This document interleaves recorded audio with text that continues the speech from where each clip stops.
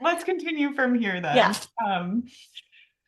I love what you've shared so far, just about being yourself in the spaces that you enjoy.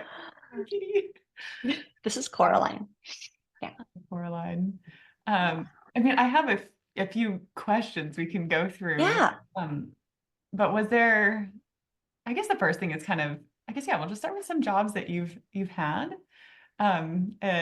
and anything you liked about them, and then we'll shift into the things that you'd like to continue doing more of.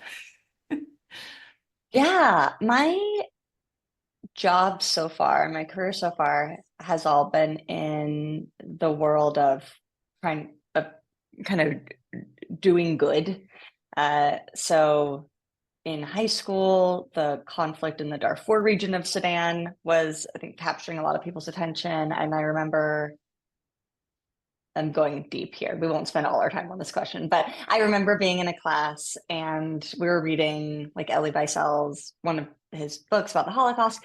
And I remember saying something to the effect of like, it's hard to believe that people could have been bystanders during that era. And another person in my class being like, well, that's hypocritical. Like there's genocide happening right now. What are you doing about it?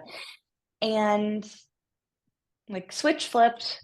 I was like, oh, I'm going to learn more about that. Read about it in our like study hall period that day and immediately started organizing. And for the next 6 years of my life, 7 years of my life, that was is that right? At least 4 or 5 years. That was a big focus of mine. I was spending like 25 to 30 hours a week all throughout college doing anti-genocide organizing and like had a national leadership position and like the largest student-run anti-genocide organization in the country. And like coming from this really small town was then like flying across the country and doing advocacy and Oh, organizing just thousands of college chapters. And that was my first life. yeah, Um, a and mission. then, yeah, and stayed in advocacy, but kind of pivoted to focusing domestically and did, um, worked in an organization after, well, right after college, I started my own social media company.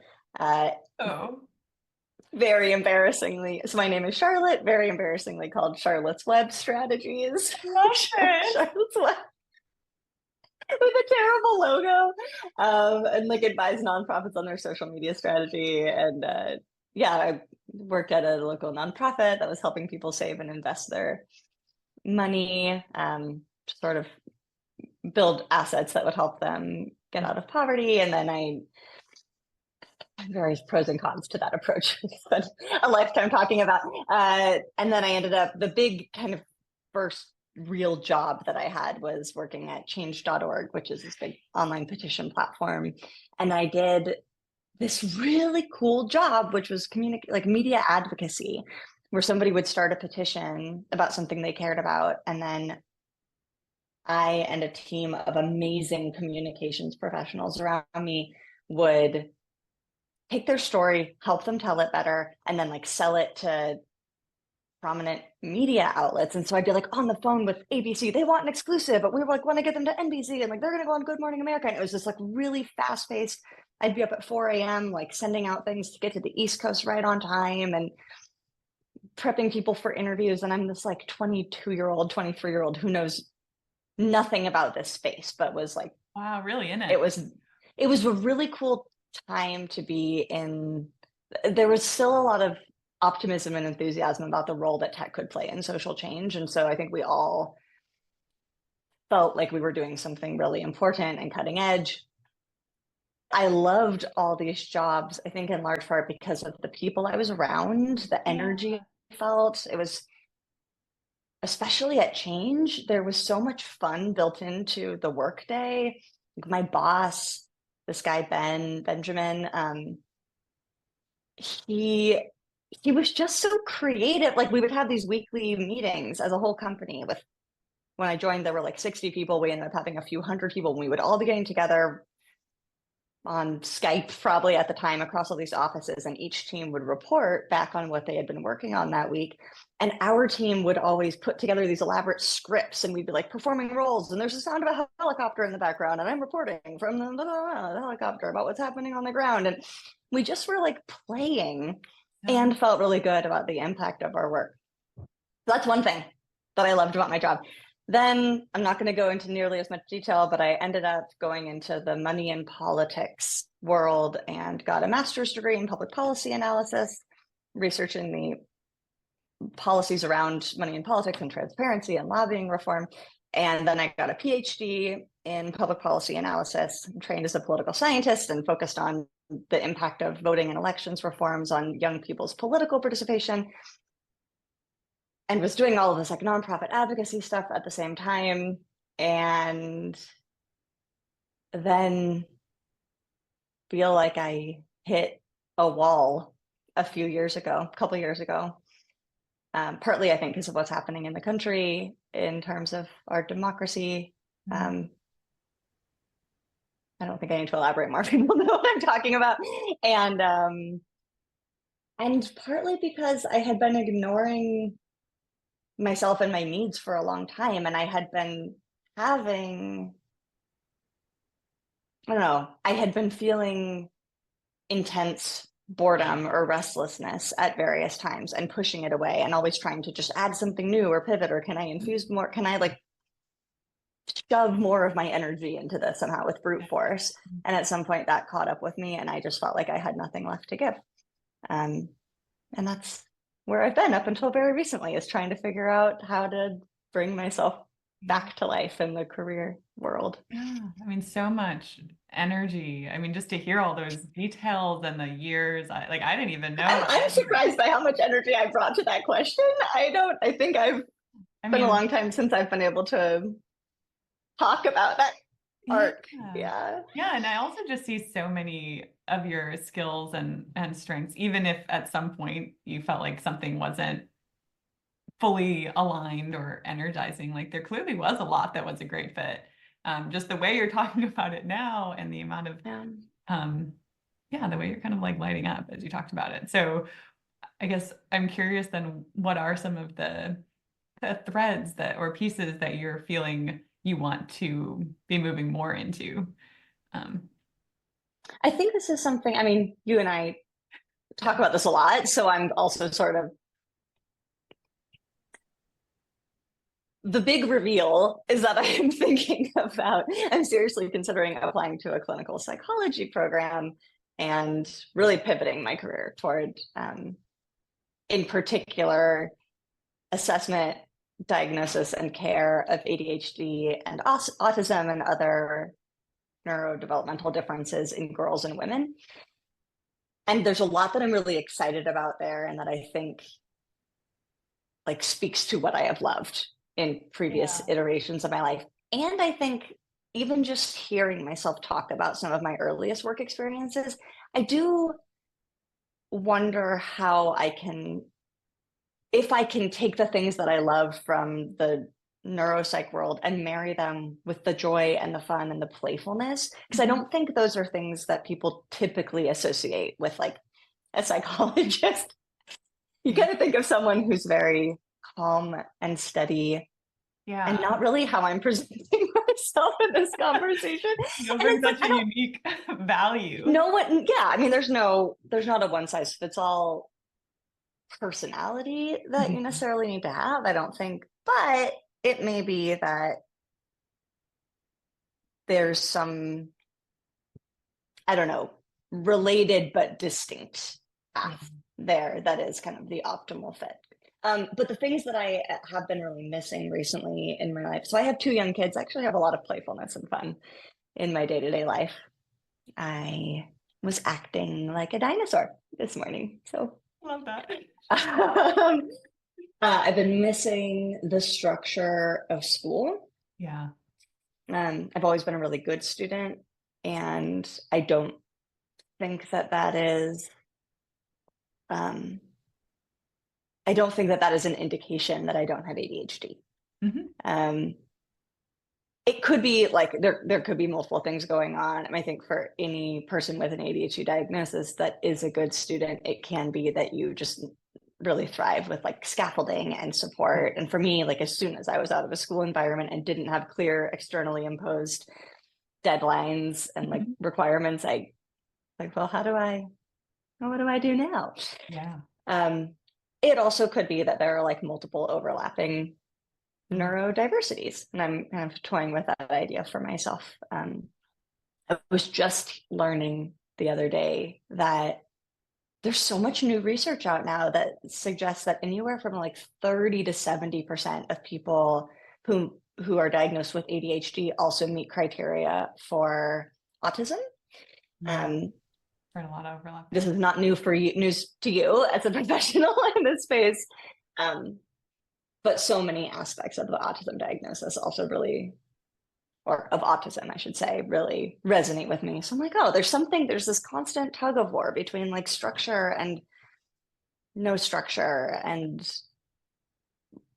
kind of a rigid focus and like a wild playfulness, and trying to find a career path that allows me to kind of flow between those Hmm. as feels right. Yeah. Um, Oh, I so yeah, appreciate that as well. And yeah, to have the right balance of like structure and kind of foundational support that can be a sort of like springboard or way to continue the momentum without yeah. feeling trapped, but rather, energized. I mean, I'm just excited as you learn about this for you to be a resource. And I just love the way you research and the way you, yeah, and the way you communicate about things. So I just see so much in this field that I'm just personally excited about. So I'm glad you're excited. Thank you. Well, I'm also like, I don't, I see the value. That's, I guess, what I'm saying. yeah.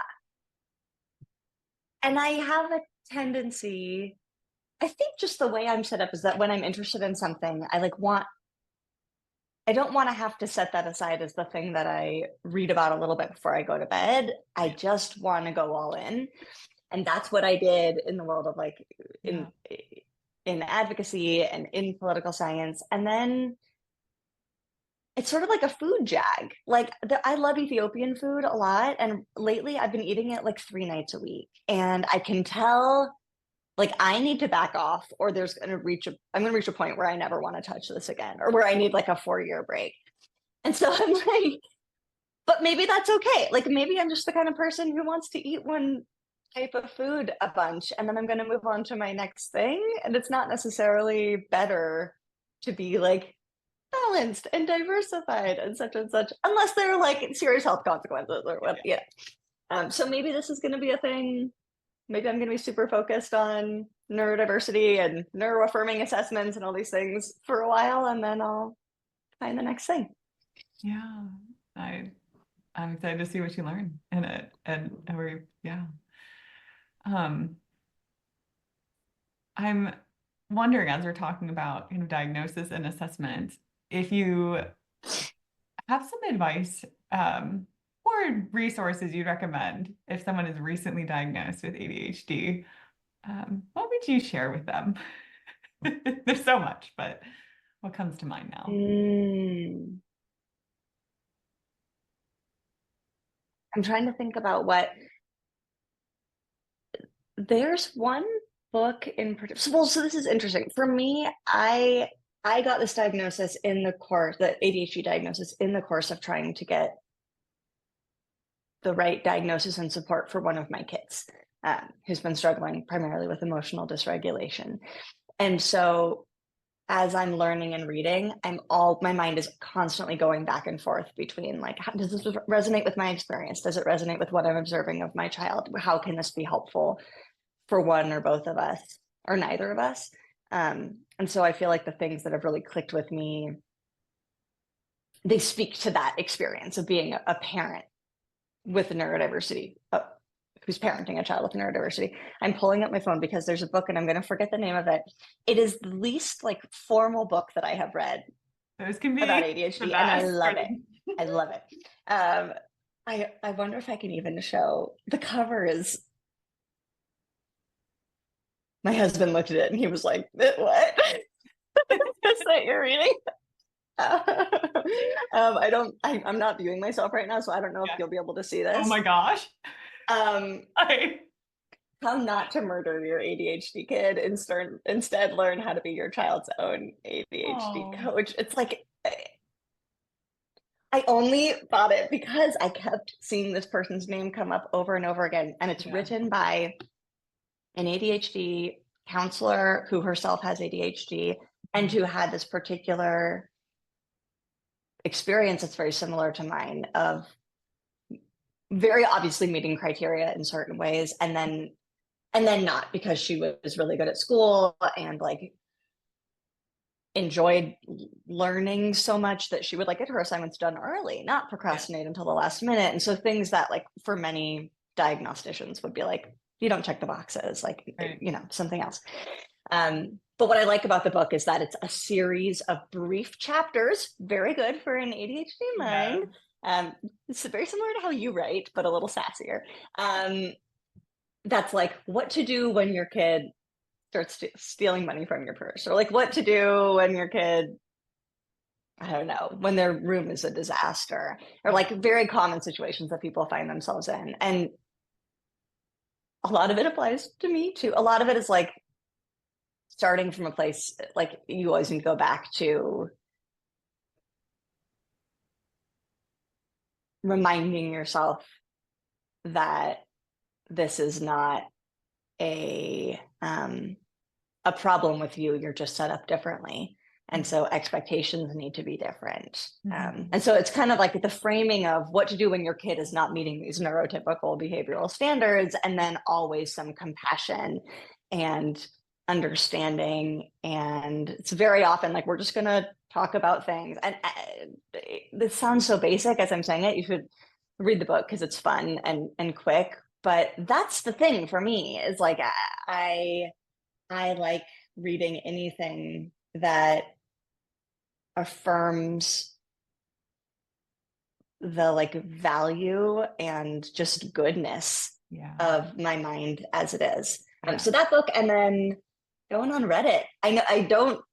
A decade ago, I would not be telling people like Reddit is this loving, warm, friendly place where you will feel affirmed. But in the ADHD communities, and especially like ADHD women, ADHD women, like AUDHD is sort of the shorthand for a co-diagnosis of autism and ADHD. I just kept feeling like my people are here. My people are here. They get me for the first time in my life. Like I'm all in one place, or a bunch of people who get this weird mind that I'm blessed with and have felt kind of lonely with. Yeah. Oh, thank you so much. I am excited to read that book. It seems very fun and approachable. It's like, don't show the cover to your child if you have one. It's terrible. I've never wanted to murder my child. Maybe put it inside like a nice leather bound cover. Yeah. Lovely. Wonderful. Well, thank you, Charlotte. I loved hearing your story, your visions, and your resources. So thanks for letting me share them.